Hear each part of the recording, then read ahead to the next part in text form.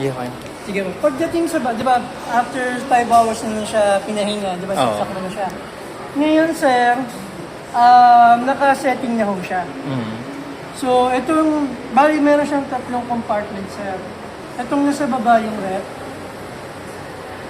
Yung nasa gitna, yung magic room. Yung nasa ano po. Tapos sa taas po yung freezer. Sa taas yung freezer. Ngayon, ang setting naman po nito, yung compartment ng freezer, sir, minimum niya, standard niya is negative 80 degrees. Pinakamalamig niya nasa negative 24 degrees. Ang pinakamalamig niya. Yan yung ano niya po, soft freezing niya is negative 7. Negative 7. So, pero lalagay natin siya sa negative 18. Yun yung standard temperature. Standard. Yung standard yan, tatandaan ko yan. 18 ang lalagay ko lagi. Bali naka-setting na siya. Unless pwede mo siyang bawasan, dagdagan. Basta punta ka lang dito sa compartment ng freezer sa temperature para i-set yung set. Depende kung ano yung setting o temperature. Ngayon, sa pinakababa, ito yung rep. Ang standard niyan, sir, ay nasa 3 degrees. 3 degrees. Apa. Pinakamalamig niya is 1 degree. 1 Malamig degree. niya. Pero standard niya is 4 degrees. O 3 to Siset 4 mo na rin yan. Sinet ko, siset na natin Para siya. sasaksak na lang. Apa. Ngayon, yung gitna naman, ito yung magic room. At yung nako-convert siya. Na pwedeng gawing freezer. Ganito sa ganito yung magic room. Nag-convert po siya. Na pwedeng gawing freezer, pwedeng gawing fridge. Ngayon, ang best na lagay mo dyan, sir, yung mga karne ng mga baboy, manok, baka, na hindi mo na kailangang i-defrost pa. Or ibabawat pa sa tubig para i-defrost pa. Hindi na. So ngayon, ang setting niyan po nasa negative 7 degrees, yung pinaka-standard. So may magic ano. Yun yung magic ko. Yun yung soft freezing ko tawagin po siya. Ngayon, set na ho siya. Pero, kung gusto mo siyang mabilis, meron siyang function option o 4 na klase, sir. Meron siya yung tinatawag na quick cool, super cool, Pag mabilis. super freeze, soft freeze, saka yung slow freeze. Ngayon, yung 3 compartment, sir, pwede yung siya pagsabayin yung 3. Bawa, itong gitna. Pwede mo siyang i-function ng, ilagay sa soft freezing. Kung isaset mo siya, sir, pinitin mo lang siyang ganito.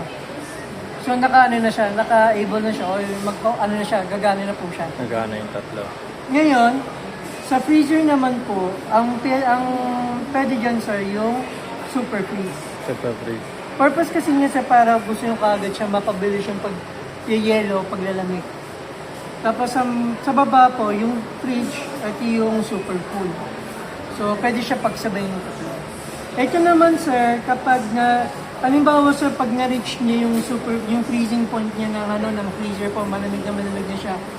Ito naman, sis, unti-unti na siya mawawala. Babalik na po siya doon sa settings niya o default settings niya. Si standard. So, bali, 30 na po siya. Ngayon, kung ayaw mo naman po siya, kung ayaw mo na to, sir, pwede naman siyang tanggalin. So si standard. Opo. Bali, kung gusto mo yung usual talaga na, Usually niya. yung standard na niya, sir, pwede mo naman siyang tanggalin to, sir. Oo. Napapansin mo, sir, na wala yung niya. Oo, nawala. Ito yung naka-child lock. Ngayon, yan lock mo siya, 3 seconds.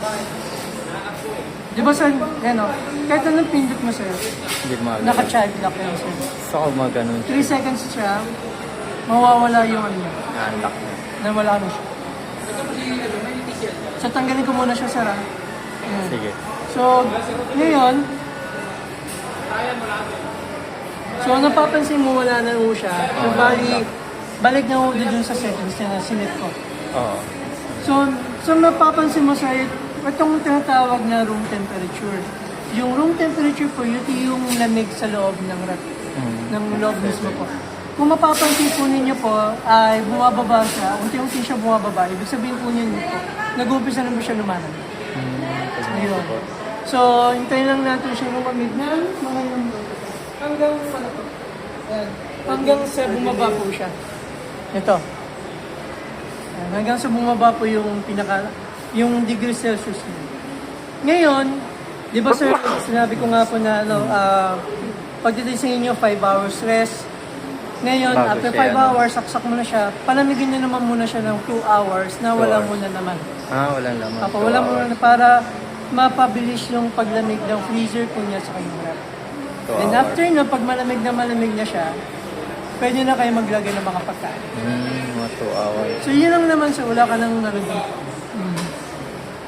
Tapos, ang ano niya po, no frost na siya. So wala ka nang gagalawin dyan, sir.